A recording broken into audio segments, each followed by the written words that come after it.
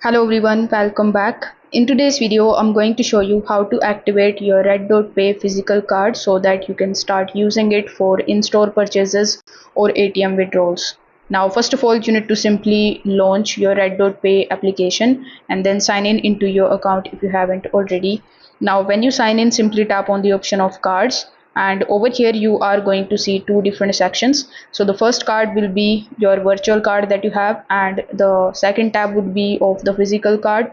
So you just have to tap on the option of physical card, and here underneath the physical card option you are going to see the option of activate now, as you can see over here.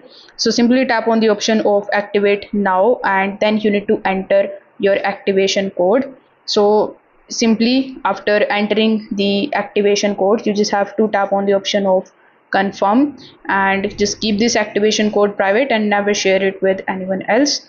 Now once the activation is completed, your physical card will be ready to use in store for payments, contactless transactions, and ATM cash withdrawals at the supported locations. So if this video helped you out, make sure that you like this video and subscribe to the channel. Thanks for watching.